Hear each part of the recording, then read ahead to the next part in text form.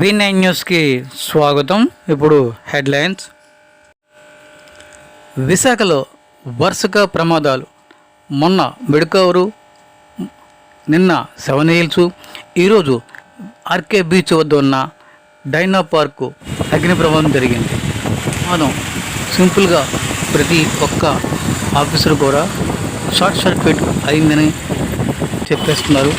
కానీ ఈ యొక్క బీచ్ రోడ్లో డైనా పార్క్ ఒక్క 2 అవర్స్ ముందు జెండా వందనం ఎగరేసిన కలెక్టర్ 2 అవర్స్ తర్వాత ఈ యొక్క డైనా పార్క్లో 11 చిల్లర ఈ యొక్క ఫైర్ జరగడం జరిగింది.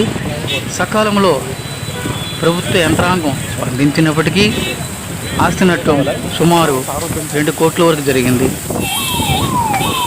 మరికొద్దిసేపట్లో ఈ డైనా పార్క్కి కస్టమర్లు వస్తారు, కానీ ఈ లోపల జరగరాని ప్రమాదం జరిగింది.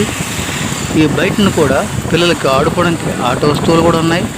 లోపల రెస్టారెంటు, సుమారు లోపల ఒక 7-8 సిలిండర్లు పేలినట్టుగా స్థానికులు తెలియజేస్తున్నారు. దట్టమైన పొగతో చుట్టుపక్కల వాతావరణం వేడెక్కిందని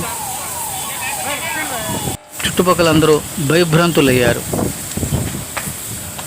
సకాలంలో పోలీసులు, ఫైర్ సిబ్బంది, జీవీఎంసీ వాళ్ళు, ఇతర యంత్రాంగం స్పందించినప్పటికీ ఆస్తి నష్టం సుమారుగా జరగడం చాలా బాధాకరం. అయితే ఈ యొక్క ప్రమాదం ఏ రకంగా జరిగిందన్నది ఇంకా అధికారులు వెల్లడించాలి. విశాఖవాసులు భయభ్రాంతులకి లోనవుతున్నారు. ఈ మధ్యన హాస్పిటల్, ఈరోజు డైనా పార్కు ఇలాగా అగ్ని ప్రమాదాలకి గురి కావడం చాలా భయభ్రాంతులతో ప్రజలు, విశాఖ వాసులు గడగడలాడుతున్నారు. ఈ యొక్క విజువల్స్ వీడియో కవరేజ్ తీసి విశాఖలో ఫస్ట్ కవర్ చేసింది, ఎక్స్క్లూజివ్గా ఇచ్చింది నేనే. మీరు చూశారు, విన్నారు కదా. ఫైర్ సిబ్బంది ఫైర్ సౌండ్తో వచ్చి వెంటనే స్పందించారు, చక్కగా ఈ యొక్క మంటలను నరిపారు. అయితే లోపల ఏ విధమైన మనుషులు లేకపోవడంతో ఈ యొక్క ప్రమాదం జరగలేదని, ఆస్తి నష్టం మాత్రం జరిగిందని తెలియజేశారు.